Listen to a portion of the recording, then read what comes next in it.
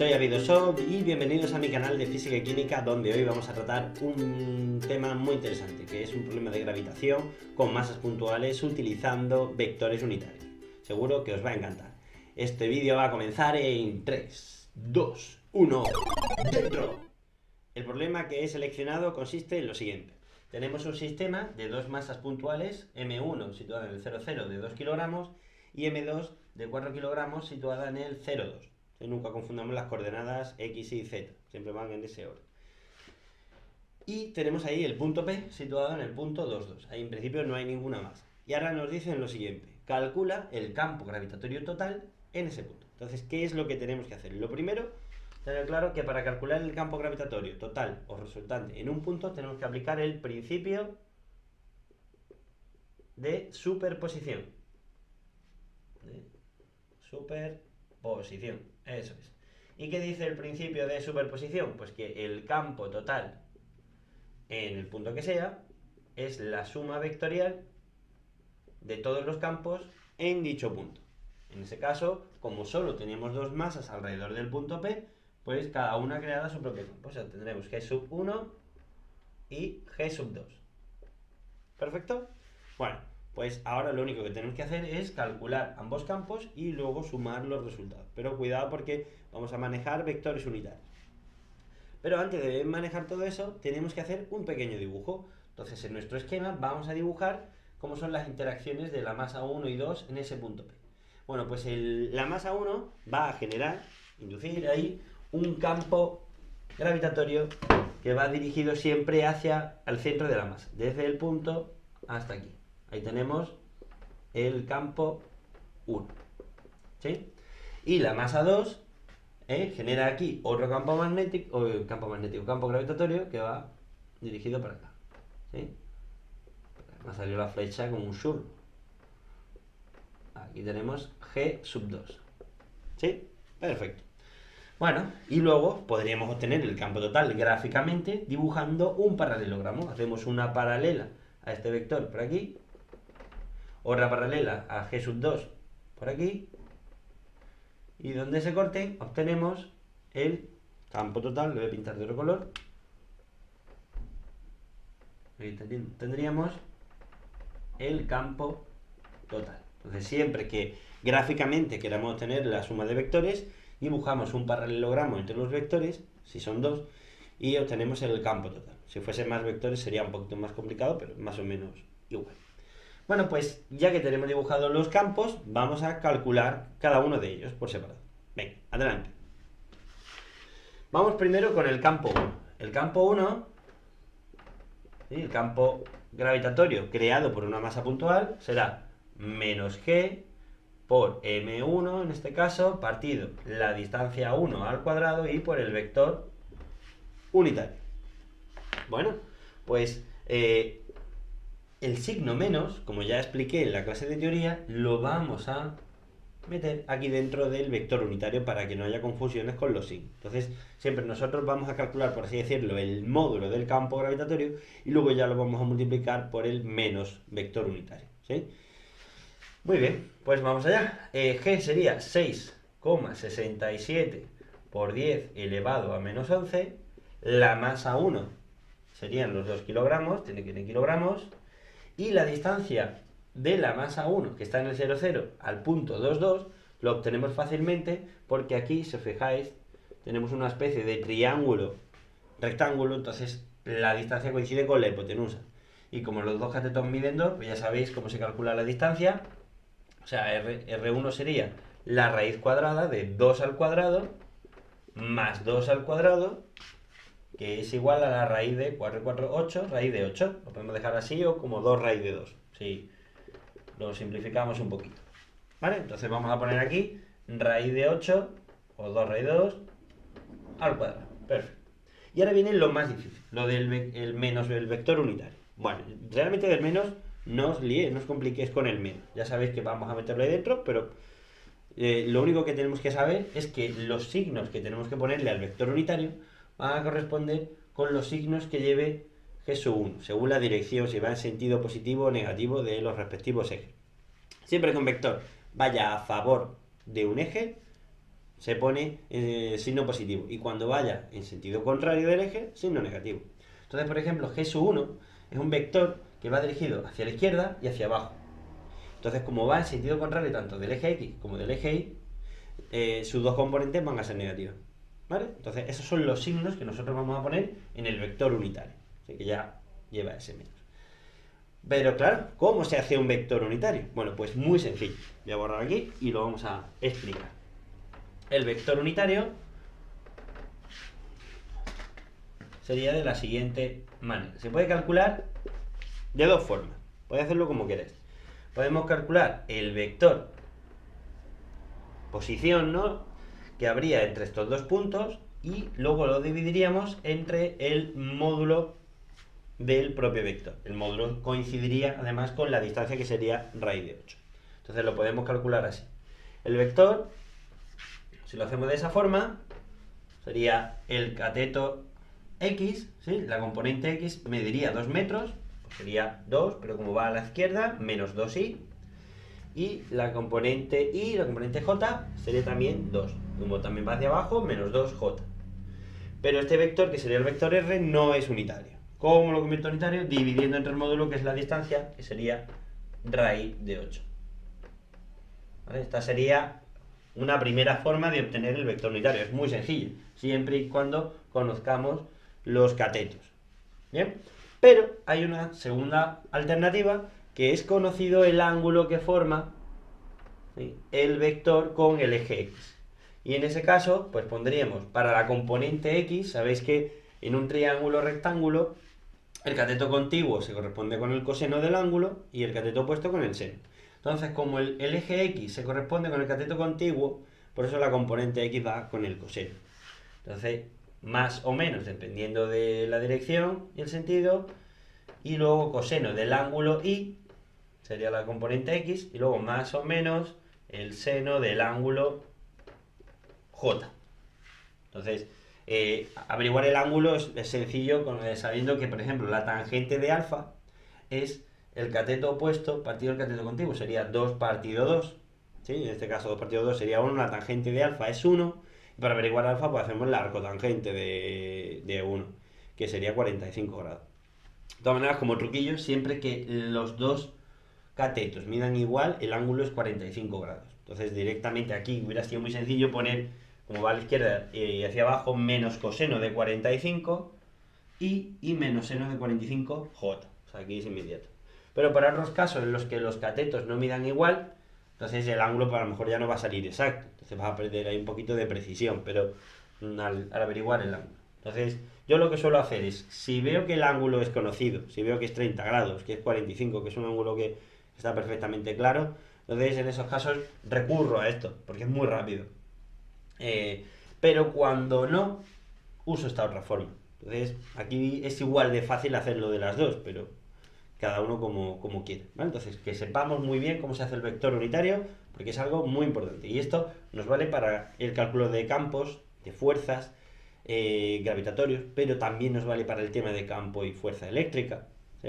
En esos casos también calcularemos vectores unitarios. Entonces, hay que tener muy claro cómo se hace, porque es muy, muy importante. Muy bien, pues una vez que ya tenemos claro cómo se halla el campo con el respectivo vector unitario, lo único que tenemos que hacer es meter estos números en la calculadora. Es decir, calculo el módulo del campo y lo multiplico por cada una de las componentes. Bien, perfecto. Vamos allá. Bueno, pues veamos. G1 va a salir, lo voy a calcular aquí delante de vosotros. Sin trampa ni cartón. Que sería 6,67 exponente a la menos 11. La constante G la podéis memorizar en la calculadora, ¿sí? Y así no tenéis que estar todo el rato escribiéndola, sobre todo si estáis con el tema de campo gravitatorio. Por 2. Aquí la raíz, por ejemplo, con el cuadrado se va. Y sería entre 8. Oye, vamos a quedar esta Vale, y noche. ahora eso por No, tía, ¿sabes? Es que hay toque de queda. menos 2 Entonces, partido me raíz de parece que 8. no, me da un poquito de, como de cosas, ¿sabes? Y eso sale. Va, Cállate, nos perfecto. escucha el profe. Menos 1,17. Bueno, 18 porque es 17,9. Cuidado con los redondeos. Normalmente yo suelo coger dos decimales. Pues si alguien quiere coger alguno más, pues pero con 2 suele ser suficiente redondeando bien. Por 10 elevado a menos 11 y menos 1,18 por 10 elevado a menos 11 j. En este caso vale igual porque las dos componentes son iguales. ¿Y en qué se medía el campo gravitatorio? Pues o en newton partido kilo o en metros partido segundo cuadrado. Yo suelo poner esta unidad, pero son lo mismo porque ambas están en sistema internacional. Una cosa importante, un detallito, es que a veces los ejercicios de masas puntuales, ¿sí?, las distancias en los ejes de coordenadas no tienen por qué venir en metros. ¿Sí? Este ejercicio venía en metros, pero bueno, es un ejercicio que me he inventado yo. Pero hay ejercicios donde te pueden decir que las distancias en centímetros y la gente ya, como están en los ejes de coordenadas, se olvida que también tiene que pasarlo al sistema internacional. Así que ojo con eso, ¿vale? Ojo al dato. Perfecto, bueno, pues ya que tenemos G1, calculamos ahora G2, que se calcula de la misma manera, pero utilizando la masa 2 y la distancia de 2 al punto P. Bien, pues vamos al lío. Venga. Bueno, aquí yo voy a hacer trampa. Voy a borrar. Vale. Y ahora simplemente cambio aquí G2, M2 y R2. Bueno, pues tenemos 6,67 por 10 elevado a menos 11, que sería la G. La masa 2, ahora ya no son 2 kilogramos, sino que son 4. La distancia ya de aquí a aquí son 2 metros, ¿sí? Serían 2 metros. Y el vector unitario, ojo a esto, es muy fácil. Ni siquiera tienes que aplicar las fórmulas que he puesto antes, del vector entre el módulo o lo del coseno y el seno. Se puede usar y sale. Pero es más sencillo porque cuando un vector, en este tipo de problemas, cuando el vector va paralelo a uno de los dos ejes, bueno, o al eje Z también, si hubiese eje Z, el vector unitario es directamente, si es en el eje X, si va en sentido positivo el eje X más Y, si en sentido negativo menos Y, sentido positivo el eje Y más J, sentido negativo menos J, sentido positivo el eje Z más K y negativo menos K. Entonces es directo más Y menos J menos J más K menos K. Y no tienes que estar pensando en la formulilla. Eso siempre y cuando siga la dirección de uno de los ejes. Entonces en este caso, como va en sentido contrario del eje X, el vector unitario es menos Y. ¿Sí? Perfecto. Bueno, pues ahora ya metemos esto en la calculadora, ¿sí? Y esto será... Bueno, se puede hacer directamente de cabeza, porque 2 al cuadrado es 4, 4 entre 4 es 1, y 1 por 6,67 por 10 a la 11 por menos 1 será menos 6, bueno, he puesto la coma antes abajo, o sea, arriba y luego abajo. Yo es que eso me pasa mucho.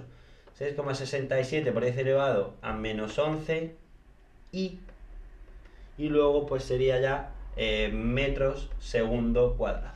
Bueno, pues ya tenemos aquí calculado el campo 1 y el campo 2 vectorialmente. Bueno, pues ya ahora sí ya podemos aplicar el principio de superposición y calcular el campo total. ¿Lo estáis entendiendo? ¿Os está gustando? Venga, pues darle like y suscribíos. Venga, pues vamos ya con el cálculo de G total. ¿Cómo se suman los vectores? Pues muy fácil. Cada componente se suma con la componente del mismo eje. Es decir, la componente del eje X con la del eje X, la del Y con el Y, etc. Entonces, si recordáis, G1 era menos 1,18 por 10 elevado a menos 11 y menos 1,18 por 10 elevado a menos 11 J. Bueno, pues sumamos únicamente la componente del eje X y eso sale...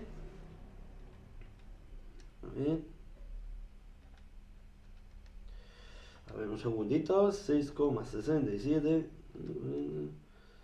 Sí, vale. Bueno, pues, si no me he equivocado, a ver, sí, menos 7,85 por 10 elevado a menos 11 y luego menos 1,18 por 10 elevado a menos 11 J y metros partido segundo cuadrado. ¿Entendido? Ya tenemos el valor del campo total calculado. Oye, puedo meter la gama en algunos cálculos, ¿eh? O sea, que si encontréis algún fallo o lo que sea, decídmelo por favor. ¿Sí? Yo creo que lo he calculado correctamente. Vale, 1,18. Sí, está eso correcto. Perfecto. Bueno, pues listo, ya tenemos el campo total. aunque la suma la hemos hecho vectorial, si alguien quiere después de terminar calcular el módulo para dar el valor del módulo del campo, pues sin problema, o de la fuerza. ¿Cómo se hace el módulo del campo? Bueno, pues se indica entre barras, aunque ya sabéis que también las magnitudes vectoriales, si no le ponéis ni la flechita ni las barritas, indica también módulo. Y ahora sería pues la raíz cuadrada de esto al cuadrado más esto al cuadrado. Que da igual el signo porque se vuelve positivo, ¿sí? Por cierto, siempre que calculéis los valores totales, pensad si concuerda el resultado con el dibujo. Porque aquí el campo total, las dos componentes han salido negativas. Y si nos fijamos en el campo total, lleva una dirección, eso indica que tiene que tener componente X y componente Y. Y además, como va en sentido contrario de los dos ejes, ambas negativas. O sea que concuerda perfectamente los resultados matemáticos con el gráfico. Eso siempre hay que analizar.